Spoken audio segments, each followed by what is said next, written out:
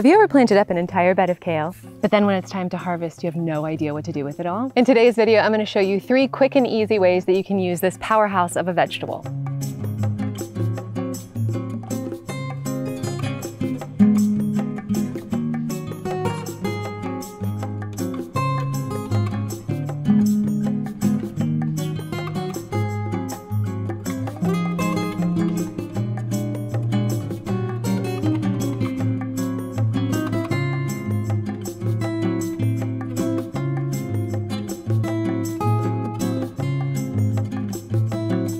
So we have 3 different types of kale on the property. This here is a curly winter boar kale. We planted these earliest in the season. They're a cool season crop, so you can plant them really, really early. And I think we planted 12 in this bed, and these are 3x5 foot beds. We also have another bed here of lacinato kale or dino kale, which is the deeper kind of blue-green foliage, long and skinny. And then we also have purple curly kale all throughout our cottage borders. So that's one of the edibles mixed amongst the ornamentals. Since we planted these first, we've been harvesting the most off of these. So I'm gonna go ahead and pick a few of these for our smoothie.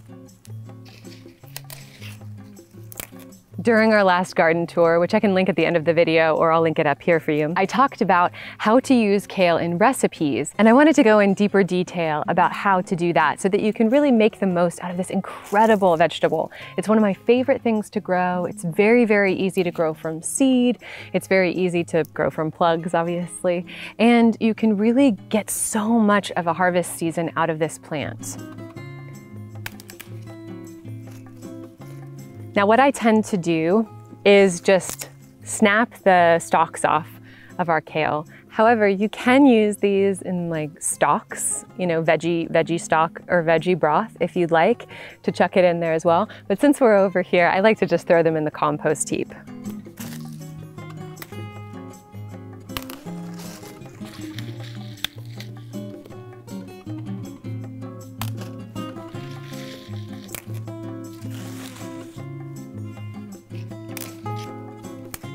So that's gonna be plenty for our smoothie. Let me show you how to do it. Okay, this is a super quick and easy one. So we're gonna start by rinsing our kale, making sure they're nice and clean. Since we grow these, we know that they're grown with no pesticides or herbicides, but it's nice to make sure you get off any dirt. And any tag-along bug friends that might have hitched a ride back to your kitchen. Then chuck them in a high-speed blender. Okay, here's the biggest tip. Blend up the kale first with whatever liquid you're using. Juice, water, or we're starting with an almond milk. I like to do a splash of coconut, oat, or almond milk, and then fill up the rest with water. But blending up the kale first ensures that you don't get these chunks of kale in your smoothie. No bueno. Blend it up until it's super smooth. Then add a banana. When the outsides of the banana are a little bit brown and freckled, that means they're going to be a little bit sweeter and a little bit creamier. And then throw in your pineapple. This is what's gonna make it super sweet and delicious. This is my favorite part here. And then add some flax, chia or hemp seeds for some healthy fats. I'm just using some ground up flax seeds. So when you're making these smoothies, one of the best parts about them is when they look as good as they taste. Our visual perception of what we're eating plays such a role in the experience of tasting that food. So I mentioned this before, but if you add berries to a smoothie with any greens in it, it's gonna give you a brownish purple sludge. And that's just not super appetizing. This smoothie is so delicious and a great way to use up a glut of kale in your midsummer garden. Yum. So this is our lacinato kale bed, and they're looking really, really good, especially considering how late we put them in the ground and how they were looking. They were very, very tiny when I put them in the ground. But we're gonna harvest a few of these to make a delicious, super creamy kale and artichoke dip.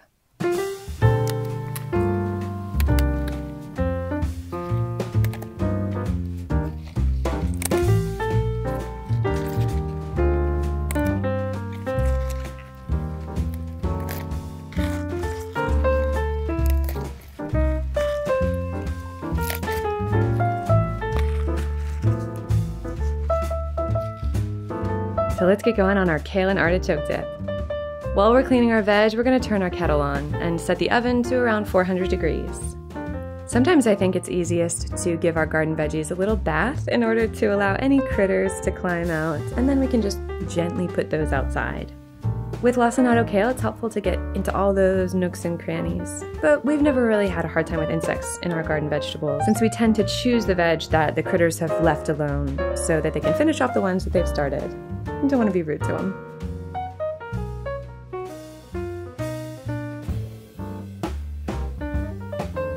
Then I'm chucking in a few handfuls of cashews into a bowl and pouring warm water over it to ensure they're fully covered, leaving these to soak for about 5 minutes. This softens them up so the sauce can be thick and creamy.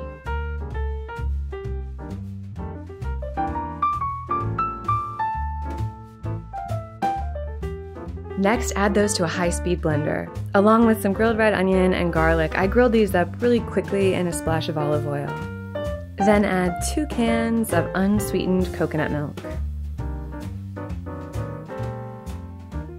Add some lemon juice, maybe a few tablespoons, and nutritional yeast. Let's call it 1/4 cup. Blend that up on high until it's smooth and creamy. Now, add your roughly chopped kale. And this is when you can add in 1 can of artichoke hearts and pulse this until it's fully incorporated. Then I poured this into the same large wok that I used to grill up the onions and garlic to thicken this up so it was more of a dip than a sauce. I made a little cornstarch slurry, and you make this by adding a pinch of cornstarch to a few teaspoons of water and stirring that up. So I let this dip cook down and really thicken up for a few minutes. And I added some more nutritional yeast because that's what gives it that delicious cheesy flavor. So once that had thickened up, I ladled it into a few oven-safe dishes and it was smelling so good. Okay, while I'm editing this, my mouth is watering. This recipe is insane. It's so delicious. My husband took a bite of it and he did a little dance, which I know means he is pretty dang happy about it. He's a very passionate eater. I am a very intuitive cook. I love it as a creative outlet, so these are going to be more about inspiration rather than a step-by-step recipe. And I know that everybody's different, but I think learning how to be a little bit more intuitive in the kitchen is super helpful. However, if you love following a recipe, I found one for a spinach and artichoke dip that you can use, substituting the kale in for that. So I'll link that below. Oh, and I grabbed some chives from the garden and I chopped those over the top. Deeeeelish. Served it with some carrots and Swedish crackers, and voila! Such a delicious appetizer. This would be great for summer parties. It's so, so nice. So for our next one, we have enough kale, and I'm going to do a combination of the lacinato and our winter boar kale for this. We're going to be making a delicious summer salad.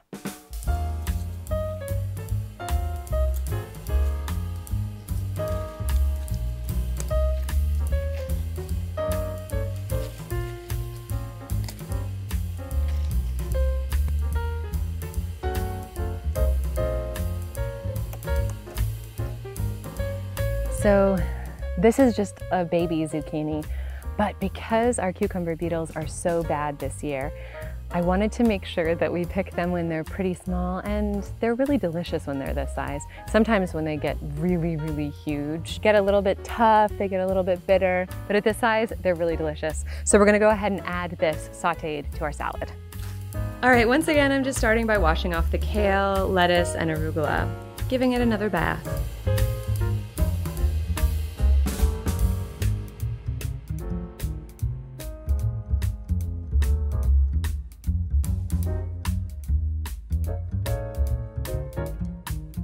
Now we're gonna cut it up. I like to cut it fairly small for salads, and we're gonna add that to a large bowl. Then add a pinch of salt and drizzle some lemon juice on top and massage that in. So this step is key for making your kale nice and tender.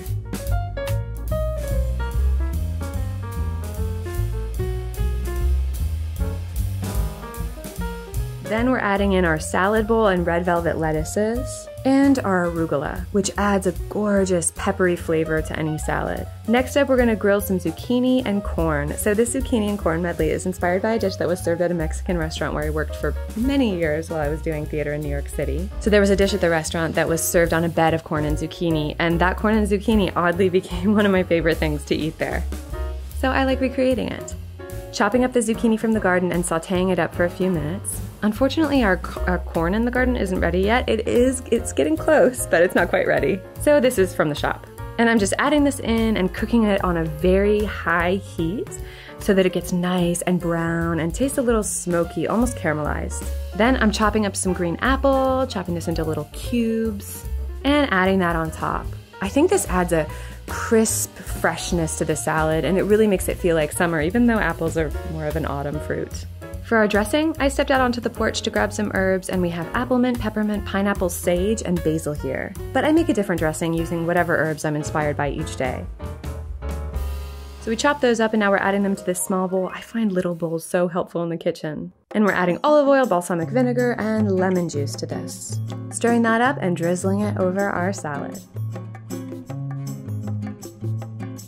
You can add a garnish. We used some mint and a few marigold flowers, but we have some dahlia petals as well that we could use, and that would look really beautiful.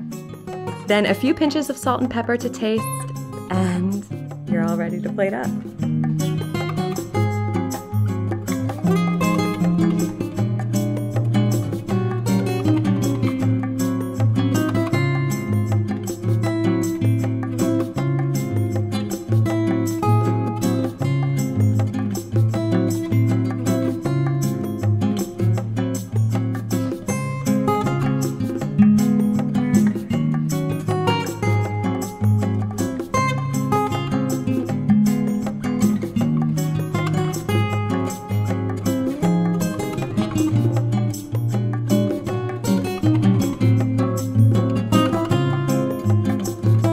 I usually have nutritional yeast and balsamic glaze on hand once we're all plated up, but that's it.